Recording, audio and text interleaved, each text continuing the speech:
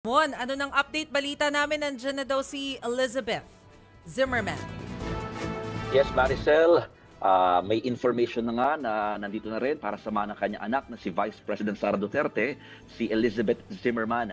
Pero sa makikita sa aking likuran, talagang patuloy pa rin ang pagdating ng mga taga-suporta ni dating Pangulong Rodrigo Duterte dito sa labas yan ng ICC Detention Center sa The Hague, Netherlands. Pero kung ikukumpara nitong mga nakaraang araw, lalo nitong weekend, mas kaunti na ito kung tutuusin. Ang ilan dyan, galing pa rin sa iba't ibang panig ng Europa, habang may ilan naman na galing sa Dubai. Isa pa rin ang kanilang panawagan, iyan ay mapabalik sa Pilipinas ang dating Pangulo. Pero bago habang tayo nga ngayon ay naghihintay din ng pagbisita posible ng mga kaanak ni dating Pangulong Duterte, talagang nag-aantabi tayo kasi nga this weekend wala tayong nakita na any relative or family members ng dating Pangulo na bumisita sa kanya. Maybe because ito ay by schedule and per approval din ng ICC. Pero few minutes lamang na nakakalipas, dumaan sa amin itong lead counsel ni dating Pangulong Duterte na si Nicholas Kaufman at nagbigay siya ng konting mga sagot sa tanong ng media at sinasabi niya dito na meron silang mabigat na argument na kumbaga ipapasa sa ICC patungkol sa issue ng jurisdiction na paniniwala ni na Kaufman or ng Duterte camp, hindi na member ng ICC ang Pilipinas nang arestuhin itong si dating Pangulong Duterte. Hindi na siya nagbigay pa ng ilan sa mga iba pa tungkol dito sa isyung ito nung ating tinatanong sana kung ang argument niya kasi ng kabilang kampo, nangyari yung mga krimen during na miyembro pa tayo ng ICC. No? So hindi na siya nagbigay pa ng other details about that, but yun daw yung isa sa mga sasabit nilang argument sa korte. At the same time, nagpaabot din na pasasalamat ang kanyang kliyente na si dating Pangulong Duterte sa mga taga-suporta dahil alam daw nito yung nangyaring mga pagkilos, mga demonstration, at the same time yung pagpapakita ng pagmamahal at suporta sa kanya during his 80th birthday dito sa labas ng detention center plus iba't ibang panig nga raw ng mundo. Maayos naman daw ang kondisyon ni Digong at nasa high spirit din daw ito.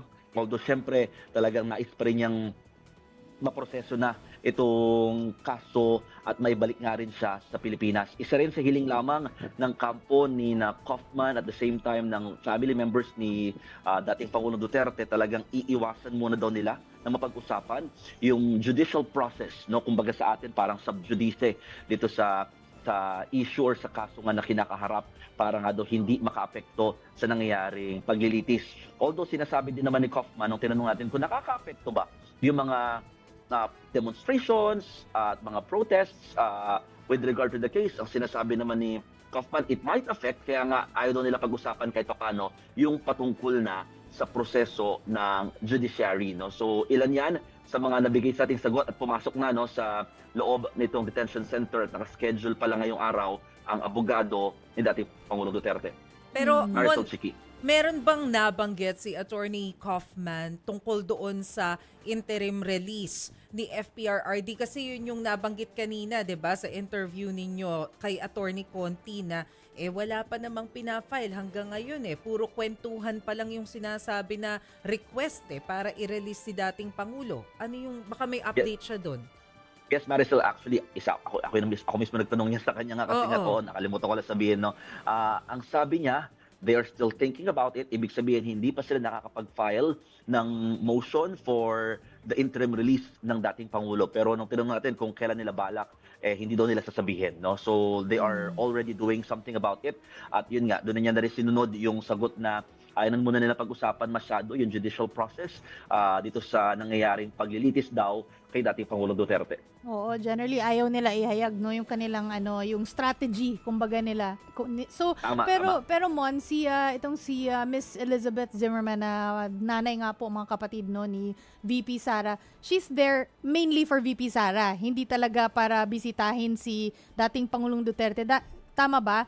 Kasi hindi na siya next of kin, 'di ba? So hindi siya makakapasok. Yes. O technically kasi yun nga, meron nga kasi din mga listahan lamang ng mga approved family members dito sa loob no, ng detention center, although wala tayong confirmation yet kung naisama ba itong pangalan ni Elizabeth Zimmerman, at wala rin pa tayong confirmation kung siya nga ay mismong papasok sa loob. Pero one thing is for sure, she is here for her daughter, si Vice President Sara, para nga suportahan din habang kinakaharap nga itong kaso ng kanyang ama na si dating Pangulong Duterte. So, ngayon inaantabayaran din natin dahil may posibilidad na silang mag-ina or si VP Sara ay dumalaw dito, or yung mag-ina rin ni dating Pangulong Duterte na si Hanilet at saka si Kitty. Meron ba kayong nabalitaan, Mon, kung paano sinelebrate ni FPRRD Yes. yung kanyang birthday nung Friday dyan sa loob ng ICC detention? May pa-cake Ako, ba? Pwede sayang ba nga, yun? hindi na nagbigay ng info si Attorney Kaufman kaninong hinahabol sana namin kung paano ba nila sinelebrate, pero alam daw ni dating Pangulong Duterte yung mainit na suporta sa kanya at pagmamahal ng mga nandito sa labas ng detention center, plus yung mga nasa iba't ibang panig nga doon ng mundo, at nagpapasalamat siya sa lahat ng mga nag-effort na pumunta, lalo na yung mga gumastos pa mula sa iba't ibang panig ng Europa makarating lamang daw dito sa the Netherlands.